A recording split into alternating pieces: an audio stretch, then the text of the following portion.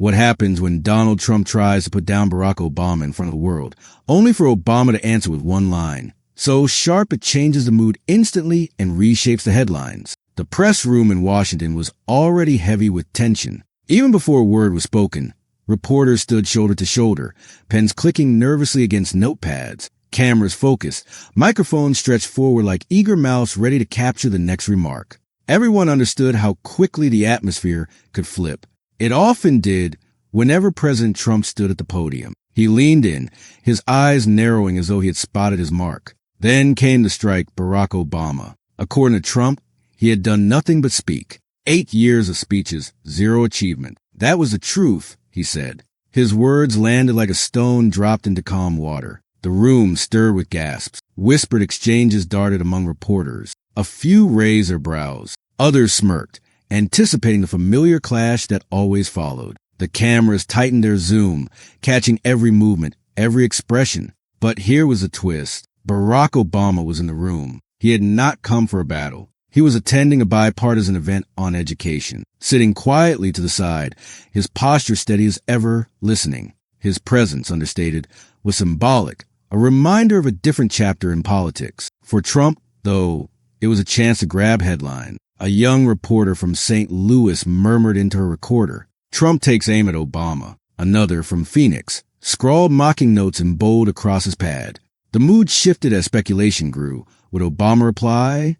Trump pressed on, his voice climbing. The media adores him, but the truth is he left the country weak. He promised hope, but hope never paid the bills. We are stronger now than ever before. His hand struck the podium for emphasis. Some reporters nodded, not in agreement, but in recognition. This was the Trump they had come to expect. Direct, combative, unwilling to ease up once he locked on a rival. Across the room, Obama adjusted his tie ever so slightly. A small gesture, yet it drew eyes. A CNN camera zoomed closer, his lips pressed into a straight line. He looked calm, almost too calm, like someone who had been through this before and already knew how it would end. A seasoned journalist from Dallas whispered to a colleague, "If he speaks, it will be big." Everyone knew Trump's style. He thrived on confrontation, turning the spotlight into a weapon. And yet, the former president remained composed, patient, his silence more powerful than any line spoken so far. For a moment, it felt as if the entire room was holding its breath. The contrast was striking. One man animated, gesturing, driving each point with fire. The other still, measured, almost reflective. Trump pointed in Obama's direction. "There he is, Mr. Talker. All words, no action. People are tired of it." The words lingered heavier this time. A few reporters turned toward Obama. A Fox News journalist mouthed to a colleague. Will he respond? Obama finally stirred. He did not rise immediately. Instead, he leaned forward, clasped his hands, and glanced toward the podium. His eyes caught Trump's for a brief second, a look that carried more weight than 1,000 words. Trump smiled, believing he had seized a moment. "See, silent. That is what I mean. No answers, no fight." The smirk widened the confidence of a showman. But those familiar with Obama, those who had studied his timing, sensed something else. He is not silent because he has no reply. He is silent because he is waiting for the right moment, whispered a reporter in the front row. The camera stayed locked on Obama, his movements deliberate, unhurried. He slid his chair back, the scrape cutting through the chatter. He rose, tall and steady, his expression unreadable. His presence alone shifted the air like distant thunder before a storm. The room leaned in. Even photographers, long accustomed to political theater, tightened their hold on their cameras. Obama stepped toward the microphone, not rushed, not drawn out, but with a pace that said he had no need to prove himself. He lowered the mic stand slightly, the faint screech echoing in the crowded hall. Then he paused. That pause stretched seconds longer than expected. People glanced at one another, brows raised. Silence, in a place filled with noise, has a way of seizing control. Reporters whispered in a frenzy, trying to guess what would follow. Trump leaned back slightly, arms crossed, smirk still in place. Yet his eyes flickered with something that almost looked like doubt flickered across the room. Obama scanned the crowd, not hurrying, letting the weight of the moment carry itself. When his lips finally parted, it felt as if the entire room leaned toward him. Every microphone, every camera, every heartbeat waited for his word. But before he spoke, something even more telling had happened. Everyone realized the balance of control had already shifted the instant Obama stood. The press room changed, the thousand small noises, pens scratching, fingers tapping keyboards, shutters clicking, merged into a single rhythm, all falling in step with the former president as he moved toward the microphone. Trump stayed at the podium, chin lifted, eyes on him. His smirk remained, though not quite as wide. For once, he was not the only figure commanding attention. Obama placed both hands flat on the podium. He still did not speak. He stood tall, steady, shoulders squared, letting silence do the work. The reporters could sense it. Even veterans who had covered countless heated exchanges knew this was different. There was no shouting, no interruption, only suspense thick enough to touch. A journalist from Seattle leaned forward and whispered to her colleague, "He is holding the room without saying a word." Trump edged closer to his microphone. "What will it be, Barack? Another story about hope? Another promise you failed to keep?" His tone was sharp, but nervous speed crept in, as if he was rushing. Obama lifted his head, scanning the rows of journalists, the cameras, the aides. He did not answer immediately. His look carried weight, the kind that made even those watching at home feel addressed. When he did speak, his voice was low, steady, almost conversational. "This is not about me. It is about the country we all share." That line was not the one that would go viral later, but it was a first move, and the room felt it. The tone was set.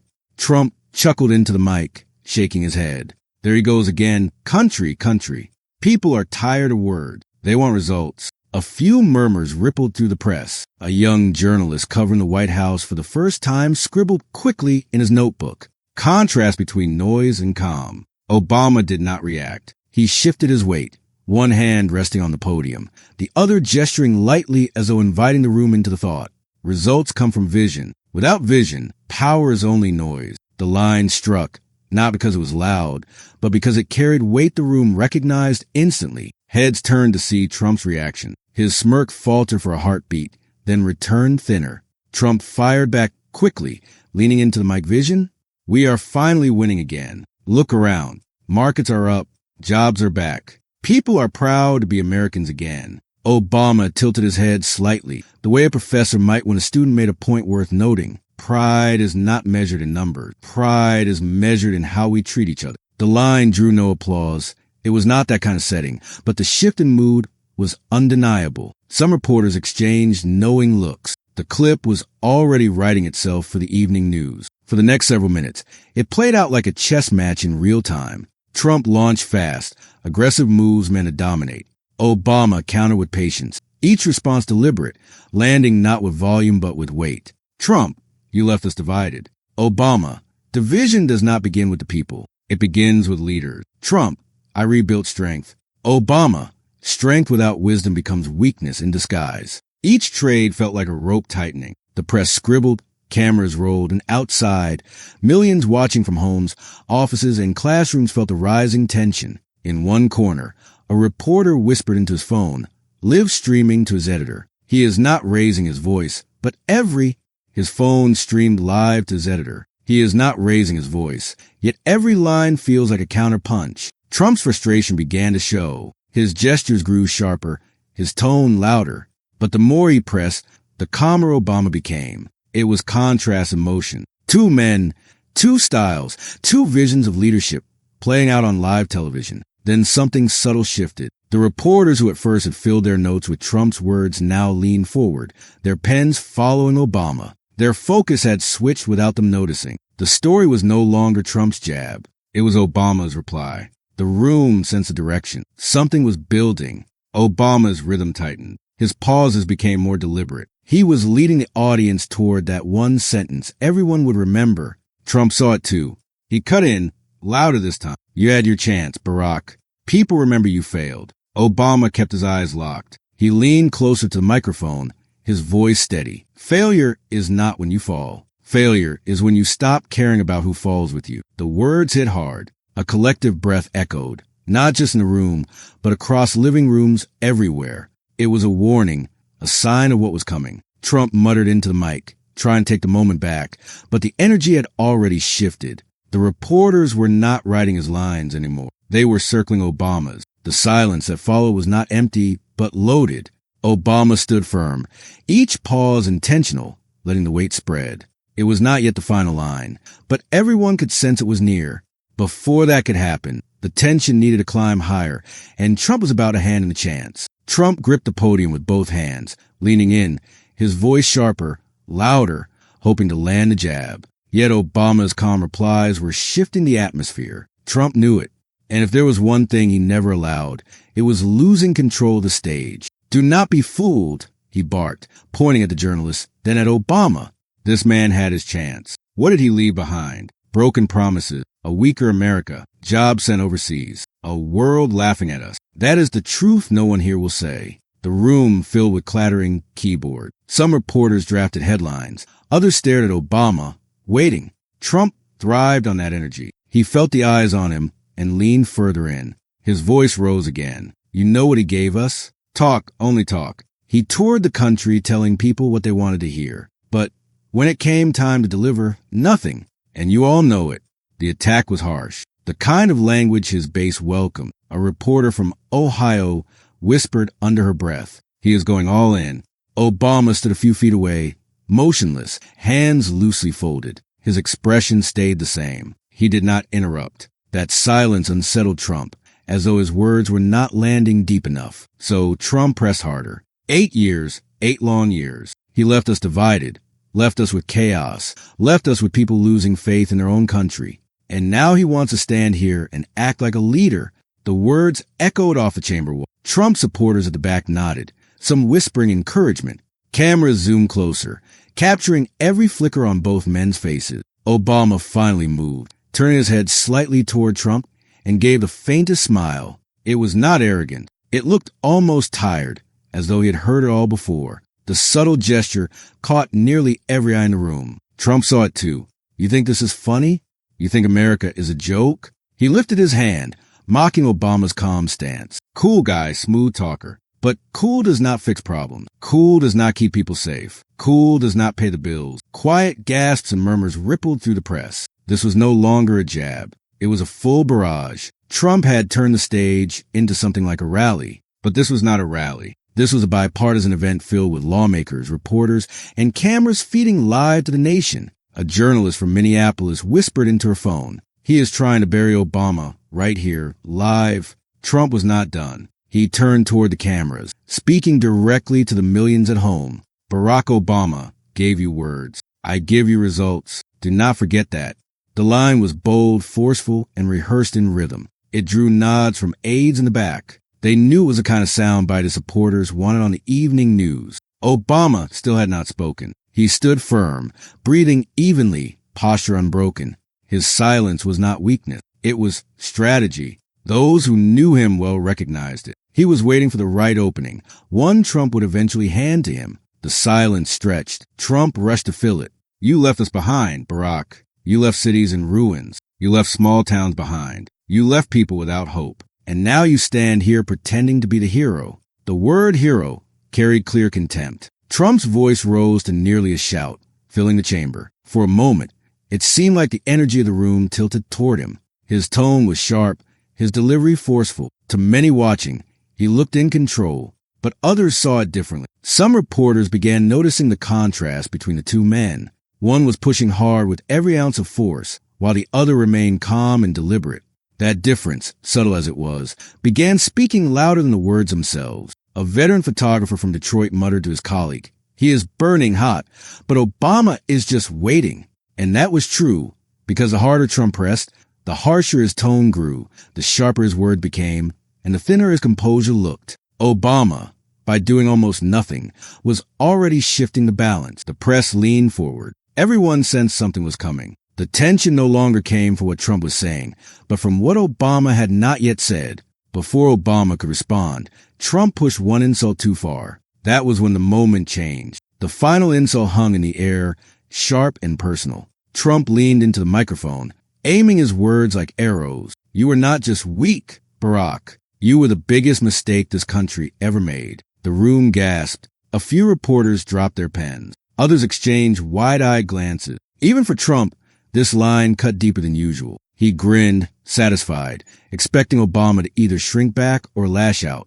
But Obama did neither. Instead, He shifted his weight, adjusted the cuff of his jacket, and stepped forward. The faint sound of his shoes on the floor echoed in the silence left behind Trump's words. The cameras swung on their mounts to follow him. Reporters sat straighter. The silence felt heavy, not empty, because it was filled with expectation. Obama reached the podium without rushing. He did not grab the microphone. He simply placed a hand on it, tilted it toward him, and looked across the room. His gaze moved slowly from the journalists to the aide to the cameras, and finally resting on Trump. He held the stare without speaking. Trump's smirk twitched, his confidence checked by the stillness before him. When Obama finally spoke, his voice was calm but firm. I think we all came here today for a different reason. The room seemed to exhale at once. It was not loud or dramatic, but it cut through the storm of insults and pulled focus back. The contrast between the two men had never been clearer. Trump fiery and loud, Obama steady and unshaken. A reporter in the front row scribbled, "Contrast of leadership styles, silence versus noise." Trump scoffed, raising his hand as if to dismiss him. "Here we go. The lecture. I have heard it 1,000 times. He is going to talk about unity, about hope, and none of it ever happened." Obama did not react. He leaned slightly into the microphone, his tone steady. Hope is not a policy. It is a direction. It is a compass. Without it, leaders wander. The press murmured quietly. It was not applause. This was no rally, but the kind of reaction that showed people were already repeating the words under their breath. The kind of phrase that could headline an article or replay on television. Trump's face tightened. There it is, words. That is all you ever had. Nice words. People want action, not poetry. Obama turned slightly toward the cameras, not Trump. His expression steady. Words matter. They set the course. Without the right words, action is blind. The contrast grew like a slow storm. Every line from Obama was not just a response, but a mirror, reflecting Trump's energy in reverse. The louder Trump became, the calmer Obama sounded. A journalist from Arizona whispered, "He is not matching his tone. He is using it against him." Trump slammed his hand on the podium. "You failed this country, Barack. Admit it. Look the American people in the eye and admit it." Obama's eyes lifted to the cameras, then back to Trump. His voice stayed soft, but the weight carried through the room. "I do not see failure when I look at this country. I see people who never gave up, even when leaders did." The words landed differently. The shift was subtle, but it was there. The line was not aimed only at Trump, but at the millions watching from living rooms, classrooms, and workplaces. People who may have felt overlooked suddenly felt included. Trump laughed bitterly, shaking his head. "You are good at this. I will give you that. Smooth. But people are tired of smooth. They want real." Obama glanced at him briefly, then back at the room. Real does not mean loud. Real means lasting. The press scribbled faster. The exchange had turned into a rhythm. Insult counter, reply. With each round, Obama's presence grew stronger, not from volume but from weight. The reporters felt it. The photographers felt it. Even Trump's aides at the back, shifting uneasily, felt it. Obama was not just answering insults. He was reframing the moment. He was reminding everyone of the strength of composure. The tension in the room neared its peak. Words had escalated. Insults had sharpened. The contrast had become undeniable. Obama was no longer simply defending himself. He was preparing to redefine the entire exchange with a single line. The cameras zoomed in. Reporters leaned forward, pens poised. Millions at home waited. But before Obama, he delivered the line that would change everything. The room needed silence, and Trump, without realizing it, gave it to him. For a moment, Trump stood frozen at the podium. His last outburst had been loud enough to shake the microphones, but his voice no longer carried the same weight. He had pushed the exchange too far, and in doing so, he created the pause the room was waiting for. The hush was heavy, charged. Even the hum of the air conditioning seemed to fade. Reporters hardly breathed, their pens suspended over notepads. Cameras zoomed in so close that even the crease above Obama's brow was visible. Obama did not rush. He straightened, one hand resting lightly on the podium, the other hanging at his side. He looked at Trump, not with anger or pride, but with a steadier expression. It was the look of someone about to finish a conversation, not continue it. Then, in a voice that carried clearly across the room without effort, Obama said, "A president does not prove himself by tearing people down. He proves himself by lifting people up." The silence that followed was immediate and complete. No scribbling, no whispers, no tapping of keys, just Stillness. Every reporter, every aide, every camera operator knew they had just heard the line that would define the day. Trump blinked, lips parting as if to respond, but nothing came out. For the first time in exchange, he looked caught, not outmatched on policy, but overshadowed in presence. Obama let the words hang. He did not add to them, did not explain, did not step back. He did not need to. The sentence held its own weight, clear, sharp, and impossible to twist without sounding smaller. A reporter from Indianapolis mouthed, "That's the headline." Another from Dallas whispered, "That is going viral tonight." Trump leaned toward his microphone again. He stopped, realizing that anything he said now would only echo against what had just been said. His grip on the podium tightened, knuckles white. Obama shifted his gaze back to the room. "That is why I came here today, to talk about education, to talk about the next generation, because they're the ones who will decide what kind of leaders we deserve." The transition was seamless. He had delivered the sentence, landed the blow, and returned his original focus, refusing to let Trump control the agenda. Reporters scribbled quickly, pens racing, others typing fast, knowing the editors would demand clips and quotes within minutes. Trump stepped back, lips pressed, eyes narrowing. His smirk was gone. He muttered something under his breath, but the microphones did not catch it.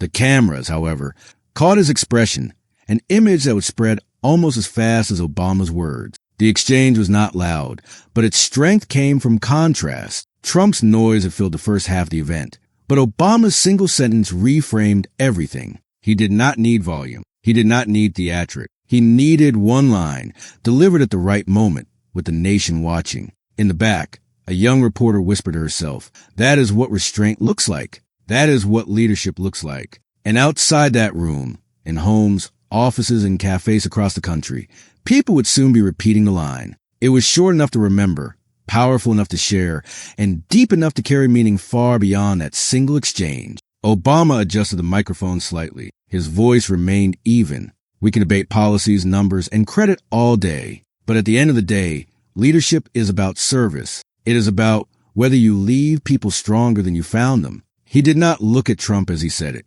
He looked at the cameras, as if speaking directly to the American people. For those watching, that difference mattered. Trump exhaled sharply into his microphone, frustration clear. More speeches, he muttered, but his words fell flat. They no longer carried force, not after Obama's line had already fixed itself in everyone's mind. Reporters turned their focus almost entirely to Obama.